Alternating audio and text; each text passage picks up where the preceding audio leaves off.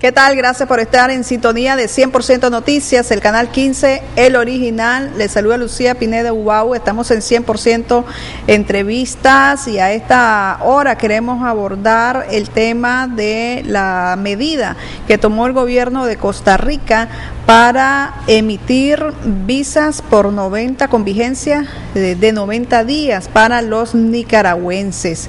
Tengo en la línea telefónica a Carolina Rodríguez, quien es de Relaciones Públicas de la Embajada de Costa Rica en Managua. Bienvenida, Carolina.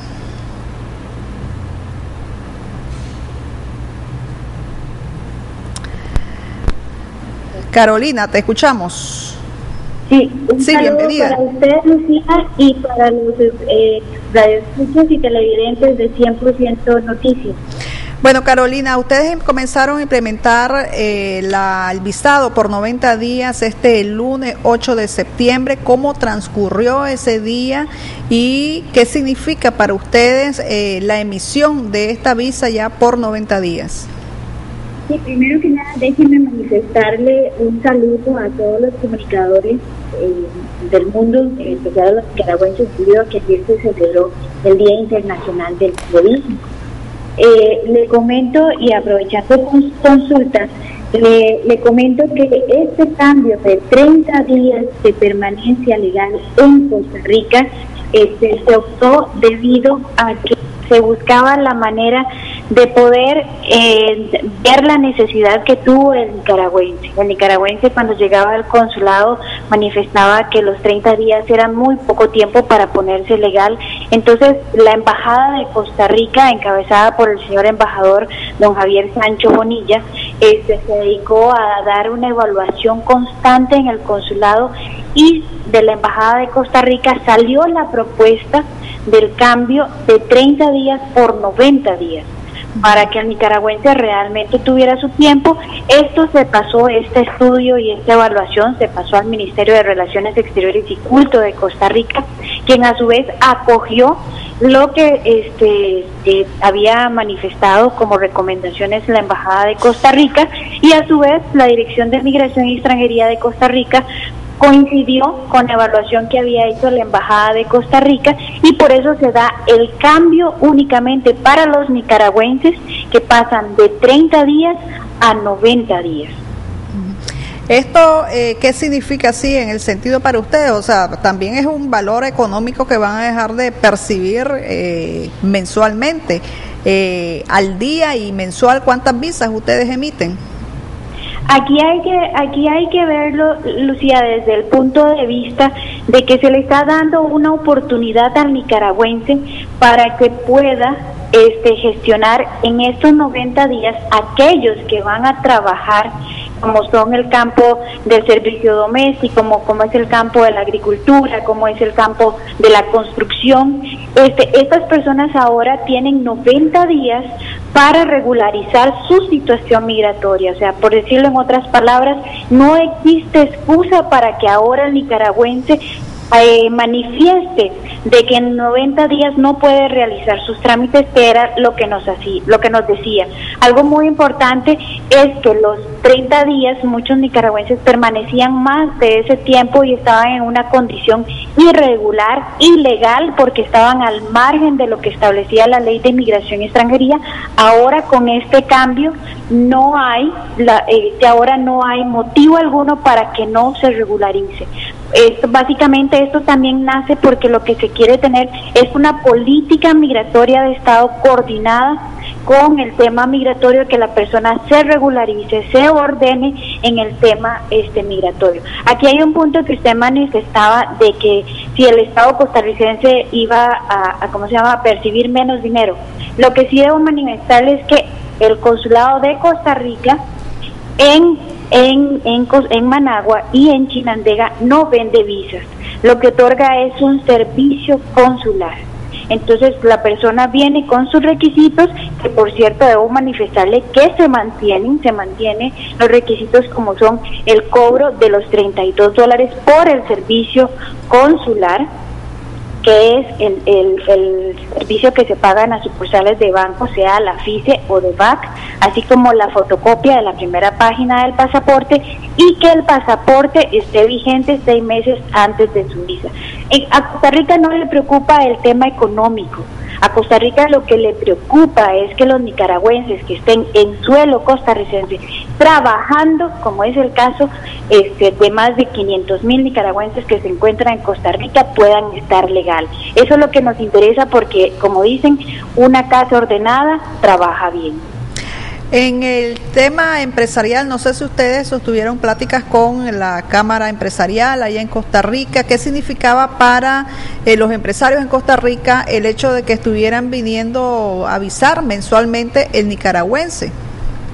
Bueno, como le decía, este tema que se valoró por parte de Migración y que lo valoró la Embajada de Costa Rica, que es de donde nace este cambio por 90 días de estadía en Costa Rica, se valora bien porque ahora también el empresario costarricense, a la hora de hacer la contratación, tiene el tiempo suficiente para poder legalizar a ese empleado. Pero aquí también no solo es la parte del empleado, del empleador en Costa Rica. Aquí es un tema también que el nicaragüense debe llevar sus documentos apostillados, tiene tiempo, o sea, estamos hablando que ahora tiene 60 días más para poder legalizar su situación migratoria. Tiene 60 días más donde lleve apostillado sus documentos, como es el récord policial, la partida de nacimiento.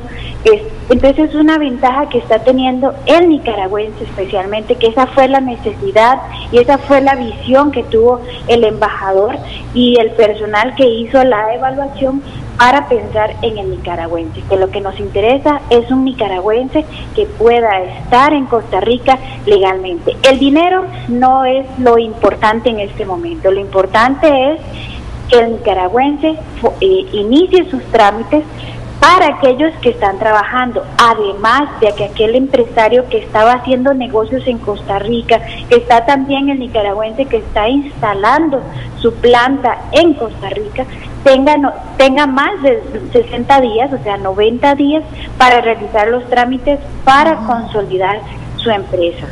Algo muy importante que me permito manifestarle es que la visa es una visa, no es una visa de trabajo, no es tampoco es una visa de ingreso a Costa Rica, porque la visa es una expectativa de permanencia en Costa Rica, ¿verdad? Para que puedan ingresar. Entonces aquí esta es una medida que beneficia tanto a aquel nicaragüense que va como turista y que desea quedarse más tiempo allá, o como el nicaragüense empresario que va a instalar su empresa en Costa Rica, así como también el nicaragüense que va al campo, que es la agricultura, que es el servicio doméstico, que es el tema el servicio doméstico, lo que también es en la construcción, y también una población que siempre nos manifestaba que por qué no se alargaba más el tiempo de estar en Costa Rica, son aquellas personas de la tercera edad que deseaban permanecer más tiempo en Costa Rica para estar con sus familias. Entonces esa necesidad fueron los que se evaluaron para que se diera este cambio. ¿Cuántas visas están emitiendo a diario, Carolina? Aproximadamente se están emitiendo entre 500 y 800 visas diarias. Ese es ¿cómo se llama? El número de nicaragüenses que diariamente visitan el consulado. Con estas 90 días, también aquí se valoró el aspecto humano, esa reunificación familiar, de estar más tiempo con la familia en Costa Rica.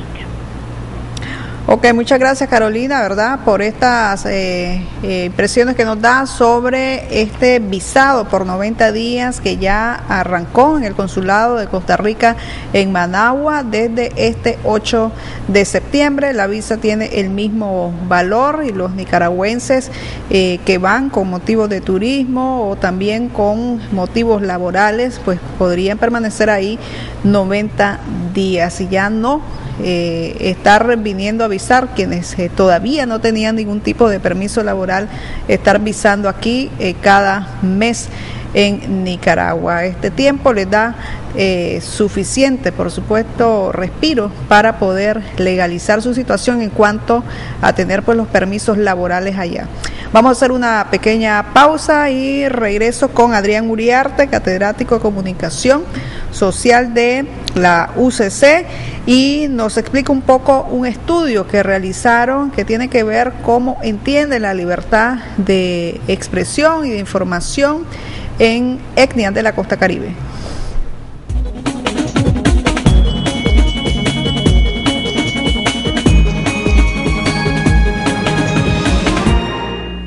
Las mujeres somos más de la mitad de la población nicaragüense. Nuestra constitución política y las leyes nos otorgan derechos para vivir libres de violencia y sin discriminación, a tener un trabajo digno, salud integral y educación de calidad. A expresarnos sin temor a ser calladas, movilizarnos sin represalias. Tener acceso a la justicia y a decidir sobre mi vida y los destinos de mi país. Pero hace falta mucho para que nos garanticen esos derechos.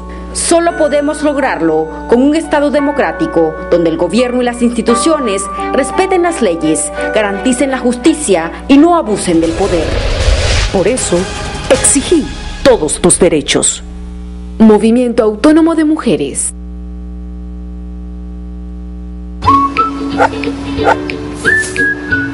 ¿Qué tal, vecino? Bien, bien, ¿y vos? Amor, ¿botame este pañal?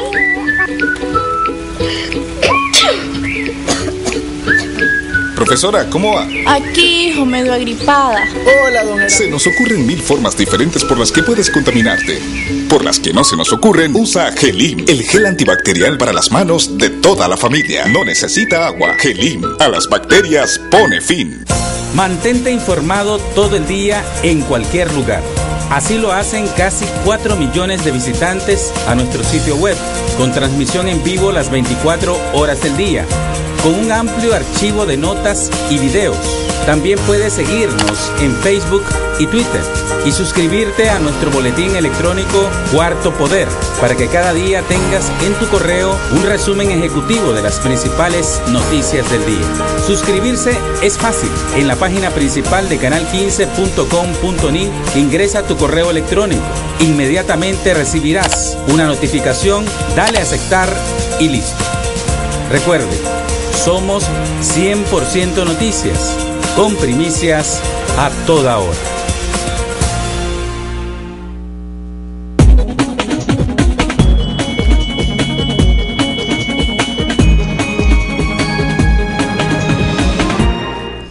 Gracias por continuar con nosotros. Tengo a Adrián Uriarte, catedrático de Comunicación de la UCC. Bienvenido, Adrián. Gracias, Lucía. Bueno, Adrián nos viene a presentar parte de los principales hallazgos de un estudio que ellos realizaron en la universidad, que tiene que ver con la libertad de expresión en la costa Caribe, pues porque aquí hablamos de libertad de expresión e información en el Pacífico, pero muy poco se conoce cómo lo entienden allá las etnias. Sí, contanos un poco, Adrián. Bueno, gracias, Lucía. Precisamente un poco atendiendo esa queja o ese señalamiento que hay, por un lado, de que el tema de la libertad de expresión siempre se discute en Managua, y principalmente atiende a un sector específico que tiene que ver con la suerte o el estado de la libertad de expresión de los periodistas y los medios de comunicación. Sin embargo, el estudio lo que busca es un poco extender la discusión, la libertad de expresión asumida como un derecho fundamental y básico del ejercicio de los derechos humanos de cualquier sociedad. Y atendiendo ese precepto básico es que se hizo el estudio en la costa Caribe con informantes clave, en este caso líderes comunitarios, líderes religiosos, promotores de derechos humanos, ONG y jóvenes que están de cierto modo activos participando en la vida pública de su etnia, de su comunidad.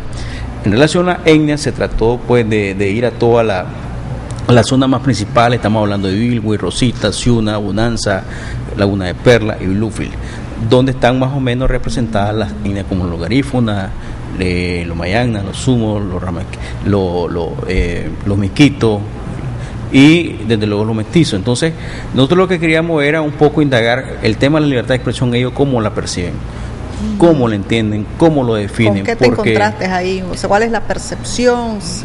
¿La saben defender? Bueno, en el caso de la libertad de expresión, ellos tienen varias perspectivas al respecto. Una tiene que ver con el tema del idioma y el dialecto. Es decir, en la medida que yo ejerzo mi dialecto y hablo de mi dialecto original nativo, en esa medida yo estoy ejerciendo mi derecho a la libertad de expresión. Cosa de que ese es un problema gravísimo que hay en el Caribe, sobre todo porque hay dos, el inglés criollo y lo que es el español son los idiomas dominantes.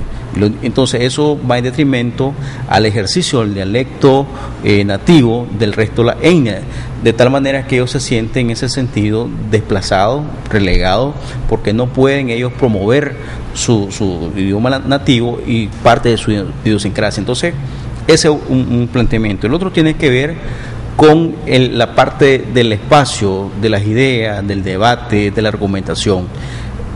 Ahí hay un tema que tiene que ver con la parte cultural y el proceso histórico.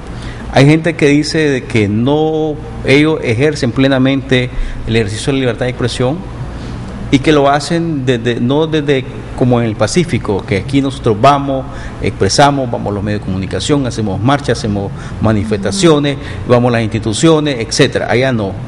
Allá, por ejemplo, en el estudio se plantean dos planteamientos teóricos. Por un lado, desde la perspectiva de un autor, de Michel Matelar, sobre lo que es el carnaval de las imágenes. Es decir, entendida la libertad de expresión como un carnaval desde el punto de vista cultural. Es decir, allá la gente sí hace el ejercicio de la libertad de expresión, pero de la perspectiva cultural. Es decir, se reúnen para hacer sus celebraciones de aniversario de cada comunidad, de cada etnia, en cualquier ciudad del Caribe. Y esa es una manera de manifestar y ejercer su libertad de expresión, pero desde el punto de vista cultural, o salir a jugar fútbol y socializar, o béisbol, etcétera. Pero ya cuando nos vamos al punto de vista de la libertad de expresión como el debate en público, el razonamiento en público, ahí es donde nosotros encontramos de que muy poco se ejerce la libertad de expresión desde el debate público. Es decir, la gente no va a los medios de comunicación, muy pocas veces se queja, solo cuando decimos que se rebasa el vaso de agua, entonces ahí sí, pero que existe una cultura proactiva, es decir, una cultura que tenga que ver con aquellos temas, aquellos problemas que necesitan, que se yo, una carretera, o necesitan una escuela, necesitan un puesto de salud, que tienen que ver se propio. Encienden con elecciones, por ejemplo, cuando han habido problemas de conteo de votos, ahí Yatama se enciende y casi que quema la ciudad, se la toman. Ese es un punto que también se abordó con algunos líderes, es decir, el tema de los cuales ellos no discuten porque son muy sensibles, es decir, la característica del caribeño es una persona tranquila, llevada, sigilosa, que sabe guardar su comentario, pero cuando ya llegas a tocar o a jugar con su idiosincrasia, con su costumbre, su tradición en la localidad, en la etnia, ahí es donde se ven esos brotes. Y por eso es que hay dos temas sobre los cuales ellos no discuten. Uno, el tema de la política, porque una cosa es la política pública, que hablábamos de que la necesidad de más acceso a agua potable, la necesidad del puesto de salud, la necesidad de energía, la necesidad de que tengan un servicio sanitario digno, a un techo. Entonces, cuando comienzan a hablar de políticas públicas en la comunidad o en los municipios, ahí viene el asunto, porque ahí se cruzan las fronteras y terminan hablando de camisetas y colores partidarios. Entonces, como ya se han dado ese tipo de situaciones, ellos prefieren no hablar abiertamente sobre los temas políticos. Con decirte que, por ejemplo, el tema del canal y el tema de Tumarín, que son dos proyectos que medianamente están ellos vinculados a ese proyecto de carácter nacional, sobre eso no se discute. No hay un debate como hay en el Pacífico, si el canal va, si no viene. Por falta de información, por falta de educación incluso, ¿verdad? ¿Qué pasa? ¿O es parte de la característica de no polemizar? En el caso de nosotros, que cuando le preguntamos a los líderes, porque se hicieron entrevistas dirigidas a líderes, se hicieron grupos focales, se hicieron también el método de la observación en la investigación, cuando se les preguntó y se les consultó por grupos separados, se llega fácilmente a por lo menos a dos tipos de conclusión. Una tiene que ver con el rol que juegan los medios de comunicación local. Estamos hablando de la radio, la televisión, los medios escritos es una novedad que exista, ¿ya? Ahí el medio dominante es la radio. Entonces, ¿qué pasa? Estos temas no se discuten, por un lado, porque no están agendados, no es de carácter prioritario desde lo local, desde el Caribe. Y por otro lado, tiene que ver con los medios donde ellos tienen como, por donde ven el Pacífico, que estamos hablando mayoritariamente dos canales de televisión, que son los que difunden Nota Roja y en el Caribe. Es decir, que ellos tienen una imagen de la Managua, pero la Managua violenta, la Managua que hay mucha violencia, que hay muchos accidentes de tránsito, de que hay mucha violencia intrafamiliar, de que hay muchos pleitos, de que hay mucha sangre, pero no tienen acceso a los temas de interés público, que estamos hablando del canal, el Tumarín, etcétera. Entonces, ahí los medios de comunicación... Pero llegan los diarios. Pero me gusta tu planteamiento. En la una de Perlas, por ejemplo, en otra comunidad, cuando se les preguntaron sobre los medios escritos, que ellos si los conocían, si los leían, si tenían acceso a este tipo de información, estamos hablando del Pacífico, hay uno que dijo de que Barricada no llega ahí. Eso para que te dé una idea medianamente de cuán distanciados están muchos de ellos de realmente cuál es la oferta de los medios escritos en el Pacífico. No llega entonces ni la prensa, el Nuevo Diario. Llegan, pero principalmente se quedan en las instituciones públicas, en las universidades. Es decir, esos son los grupos que tienen información privilegiada. Pero el líder comunitario, el que está en su zona, muy poco tiene acceso. Y lo otro tiene que ver con la radio. Es decir, la radio es el medio dominante, pero la radio la ocupan ellos como un medio de servicio social, para mandar una felicitación, una complacencia musical, un aviso de que alguien se quedó atrapado, tal comunicado, y hay que llegar a retirar la carga, etcétera, pero no para ejercer el derecho a la palabra como un ejercicio de debate que tiene que ver con temas propios de la localidad. Lo que medianamente tienen acceso al debate son los promotores de derechos humanos, y estamos hablando desde su más amplia dimensión, es decir, lo que tienen que ver con la promoción de la ley 779, los temas de la organización propia comunitaria, de cómo ellos pueden trabajar y mejorar y alcanzar su desarrollo humano, el tema que tiene que ver con tema de agua potable, salubridad, esos temas sí ellos medianamente lo discuten, pero quienes están ejerciendo y quienes están participando en el debate no son los actores locales, sino los mediadores, es decir, la gente que está a cargo de estos proyectos.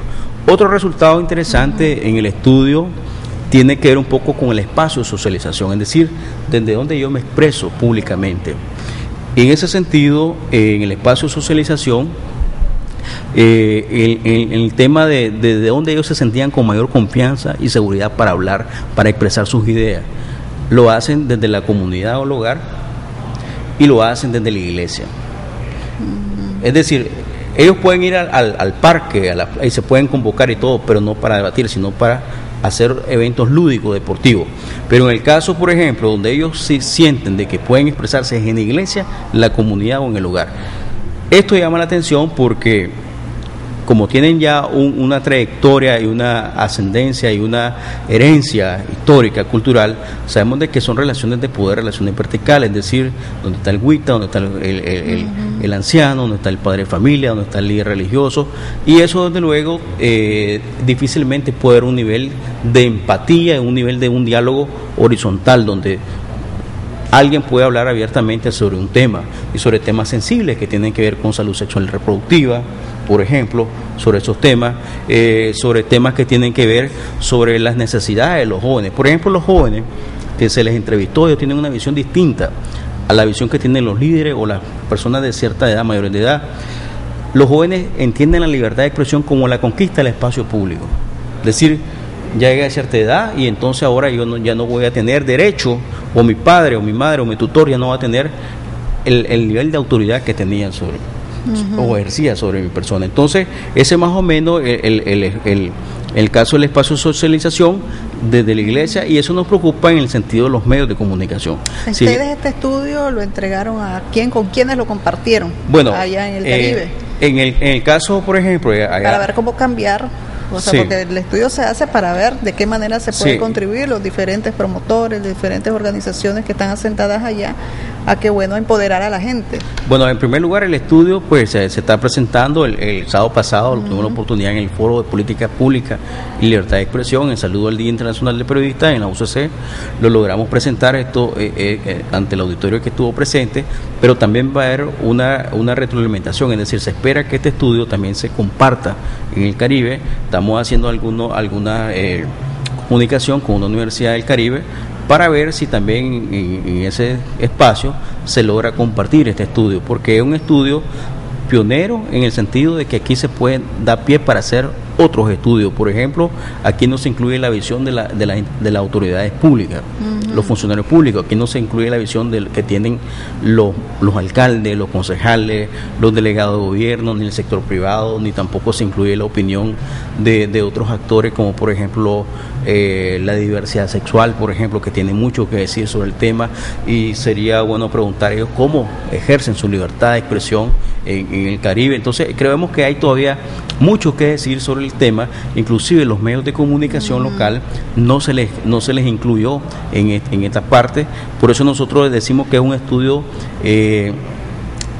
diagnóstico, es decir, un punto de partida para poder despertar y abrir otras aristas del fenómeno que seguramente no se puede explicar únicamente, porque este es un estudio de carácter sociológico, es decir, va más allá de la mirada de la comunicación entendida de los medios periodistas. Lo que se busca es un poco recoger las causas, la visión, las miradas que tienen todos estos actores que a quienes se les consultó, y darle una explicación de carácter sociológico desde el punto de vista de la comunicación. Pero aquí hay mucho que decir todavía sobre el tema. Creemos de que no es una cuestión que está agotada, pero sí lo que queríamos era un poco plantearlo, porque era como una especie de deuda que teníamos alrededor del tema, y es una primera aproximación que lo estamos haciendo sobre el tema.